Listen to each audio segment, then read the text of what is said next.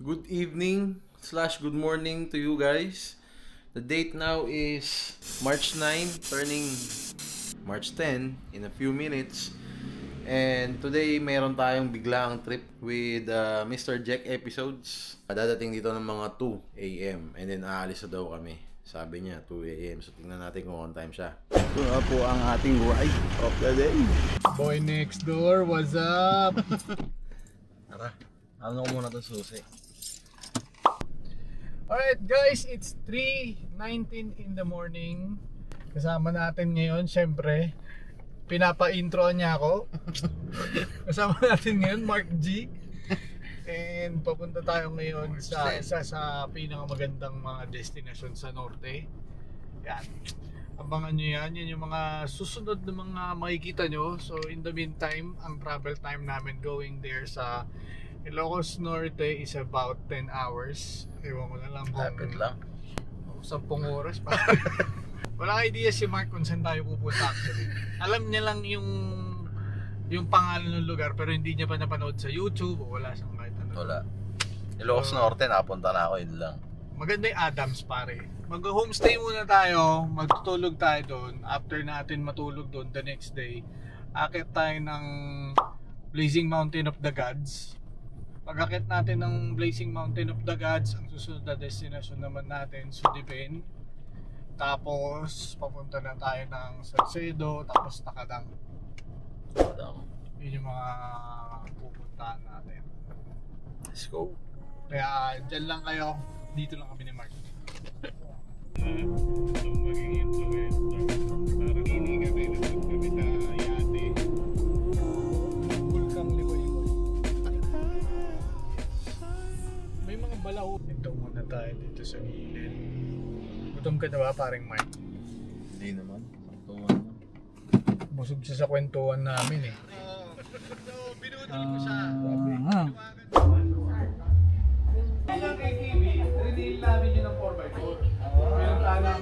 Nandito na kami sa may somewhere in La Union. Time check, it's 8:33 and then kakain lang kami ng breakfast and then dire-diretso na dun sa may parang staycation. Sinabi ni Jack yung pangalan pero nakalimutan ko na. Tingnan na natin mamaya. Smoke till I'm high, castle on the hill. Wake up in the sky, you can't tell me I ain't fly. I know I'm super fly, I know I'm super fly. The ladies love luxury, that's why they all fuck with me.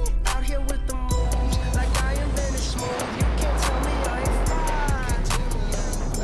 I know I'm super fly, I know I'm super fly. I stay fresh as hell, take a pic, I might as well. Hell, drop the top and take a selfie, my car drives itself. I got white girls blushing, homie, college girls rushing on me. All my diamonds custom, so they clutching and they touching on me. Ooh, think it's Hello po. Sabi, may pan sila dito ng koi fish.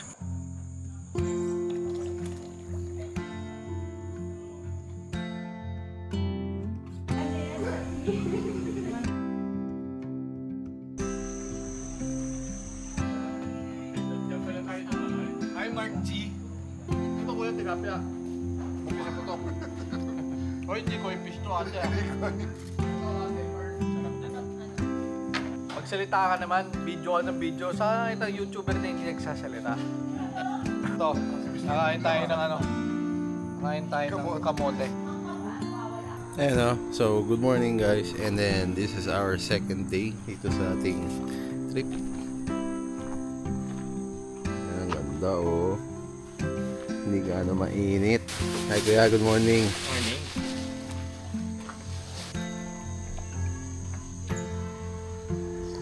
Ever na 100. Alright, day 2 and we're off to our next destination. So, yung ruta natin papuntang Kilang is around 100 kilometers and consists yun ng on and off road. So, doon din tayo mag-i-stay. Nagsisimula na ang off-road ngayon as we speak. Wow! Ganda agad. Ganda ng view, di ba? Mahaba-haba to, so hindi naman natin yun i-cover lahat. Mark Gutierrez! Yes. So ngayon on the way na kami sa may Mount Hilag. And then eto, minto lang kami para kukuha kami ng mga drone shots dito. So lilipat muna tayo dito sa kabila. At si Boss Raymond dito sa LC. Ito pa lang, ang ganda na.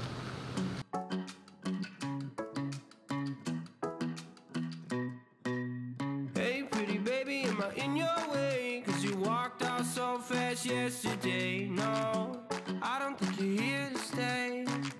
No, I don't think you're here to stay. So tell me what you want, tell me how you want it. Nakarating na kami ngayon dito sa Apayao, Barangay Bukarot. Paring Mark, ano masasabi mo sa mga napuntahan mo? Ganda dito, breathtaking. Breathtaking. Pamoy ng hininga. Breathtaking ah. Ayan, ang ganda ng mga tanawin dito, grabe. Wala na kayo ba masabi.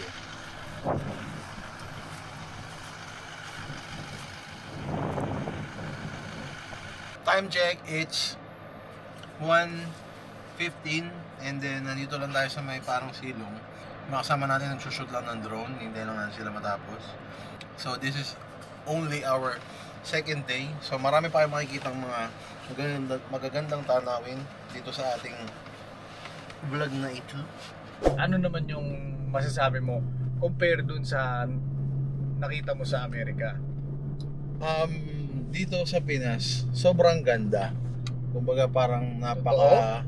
Oo. Kasi syempre tayo mga Pilipino dito, parang pag nakakita tayo sa movie ng mga videos, di ba? Parang, ay, ng mga destinations, parang gandang-ganda tayo.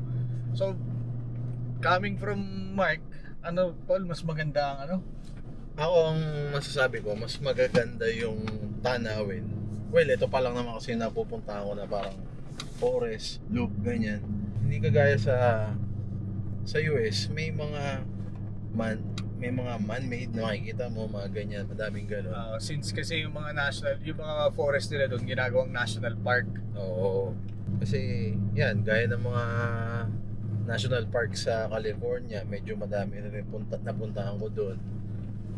Yan, Vegas, Hoover Dam, tsaka yung, ano nga sa Arizona, nakalimutan ko. Yung sa Hawaii, yan, napuntahan ko din. Doon ang gusto namin mapuntahan ni Mami. Tagal na siya ini-invite doon eh. Para tong Hawaii, pero yung Hawaii, upgraded. Parang gano'n. So, mga times. So medyo may similarity sila. Oo, may similarities. Kaya nga nung nandun ako, sabi ko sa mga kasama ko, para ka nasa Pilipinas pero upgraded. Tsaka yung klima doon, talagang mainit pero presko. Tapos yung mga bundok, ang gaganda, talagang breathtaking. Dito rin naman, magaganda rin talaga yung mga nakita namin ngayon. Kasi sobra. Sabi niya, ang ganda rin pala sa Pilipinas. So sabi ko, ngayon mo lang nalaman, sabi ko gano'n. Kasi medyo parang ano eh, parang 20ish pa lang ako nagpunta ng US. So, yung mga teenage life ko, syempre hindi ka naman makakapunta sa mga ganito unless yung parents mo or yung mga Mahilig tropahan din sa mo mahilig sa ganito, di ba? Syempre ngayon, may parang konting freedom na tayo magpunta sa ganito. So, kumbaga ngayon ko pa lang na experience. Napapanood ko yung mga video niya, halos lahat. Pero syempre, iba yung makikita mo sa sarili mo. Oo, iba Syempre, talaga. Okay, ang ganda. Nasa TV mo lang eh. Pero yung nasa motap, yung gaya kanina, parang nasa gitna kami, napapalibutan kami ng maraming bundok. Ang ganda doon. Time check, it's 6:20 PM and then just a little update. Dito tayo ito yung magiging site natin sa may pinaka-camping area natin. Dito tayo magtatayo ng mga tent. Ayan, dyan. Actually may una kaming destination dapat, pero na bago siya dito sa pwesto na to dahil ang ganda eh. Katabi mo mga bundok, tapos yan, ilog, di ba? So parang ang ganda dito mag-camping. Ayan. So dito na tayo until the rest of the night, and then tomorrow is another place. Galit nagigil na kami, pero hindi naman katulad ng last time na natin. So time check, it's 10:51. Medyo nagiinom-inom pa sila. Ako naman tinatamad na ako mag-iinom kasi. So magbuelo lang ako dito sa higaan. And then baka maya matulog na rin ako. So, ayun lang. See you guys tomorrow. Good morning guys. Nakakagising lang natin. Na-excite lang talaga ako ipakita tong itsura ng buong lugar ng ganitong oras dahil mamaya baka mainit na, wala na tayong time. Dito kami maliligo under the river.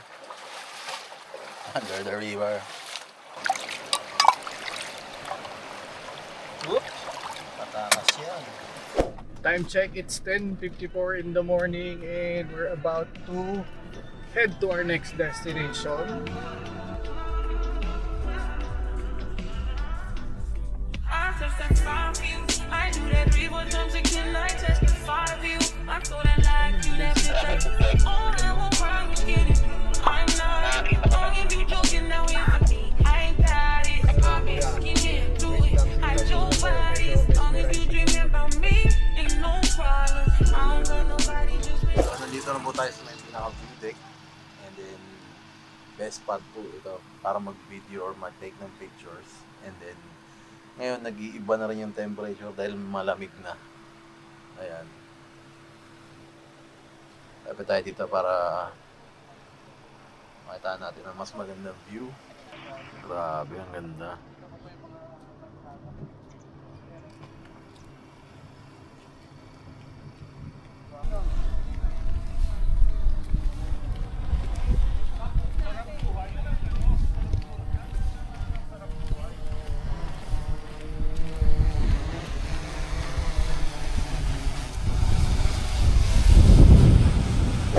Alright, punta na tayo sa next destination natin.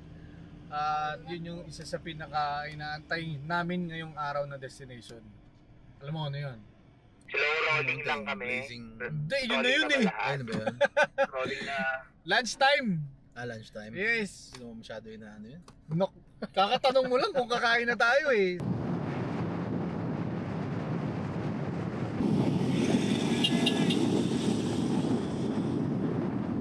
Sabi mo kakain na tayo. Ayun na, hay. Model fight. Paano po pwesto? Puta minuto, ano pa to? Dinuguan. Nawala yung gutom. Motex. Game. Nakita mo pa yun? Sa gutom eh. Oo. Sobrang gutom. Alright, finally nandito na tayo sa... Hindi ko alam. Uy, empanada. Kakain kami ng empanada. Ano po ang special? Yan yung sa akin? Apa. Tuloy mo muna. First meal of the day. Yes. Adobo, kanto fried chicken. Ito, sabaw. Sarap yun pag walang Sarap yung sabaw. bilang kanin.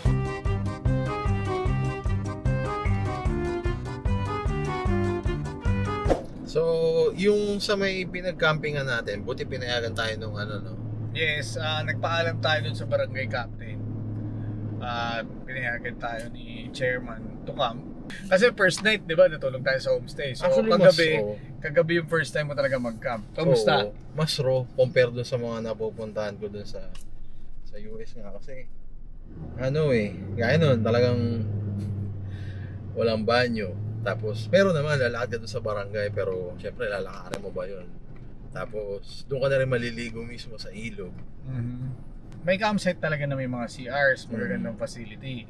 Pero yung activity na ginagawa natin ngayon, strike anywhere kasi tayo eh. Pwedeng doon tayo mag-camp, iti-tweak natin ng konti yung itinerary natin. Iti-tweak natin.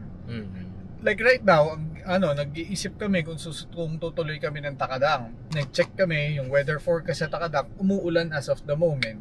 Simula kaninang umaga hanggang ngayong hapon. Then tomorrow, ganun din. Saan talaga tayo dumaan? Siyempre, safety first. Kaya yun ang ina-evaluate natin. Kaya probably baka maghanap kami ng ibang destination. Tapos after nun, di ba, yung dumiretso na tayo sa Blazing Mountains. Yes. Ano yan? Blazing Mountain of the Gods. Oh, Doon tayo Blazing galing Mountain ngayon of the lang. Gods, Bago yan. tayo Diyan kami ng nag-lunch sa palengke. yun ang breathtaking tignan. Yeah. Papunta pa lang doon bago, kahit hindi pa yung papunta pa lang doon, ang dami mo na makikita. Massive, napakalaki niya talaga, sobrang laki niya, tapos wall talaga, parang ganun. Kaya pwede mo talagang sabing Mountain of the Gods. Tsaka kahit itong video na to, hindi siya ma-justify Hindi, basta hindi. ng kailangan talaga Lalo na action cam yung ginamit mo. Oo. Kumbaga yung depth of field niya, hindi ganun. Ang ganda pa ng doon, yung parang yung weather kasi Perfect malamig-lamig yung na dating natin dun.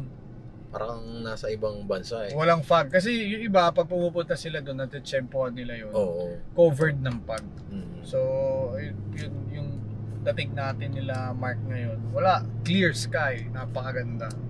So ngayon, headed na tayo sa Yeah, we're heading right now sa Canton. Dahil kasama naman natin si Master Raymond, might as well maghanap kami ng iba pang magandang destination. Kasi ang Pilipinas hindi naman nauubusan ng magandang destination yan. Kaya makakita tayo at makakita ng iba pa din. Na safe tayo. So kita-kits na lang mamaya.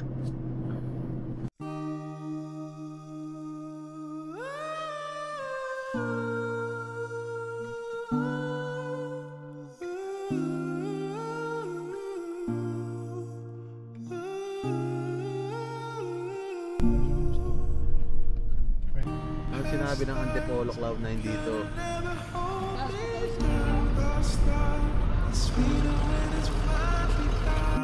I've got that strangest feeling. This isn't our first time around. Past lives could never come between us. Sometime the dreamers finally wake up.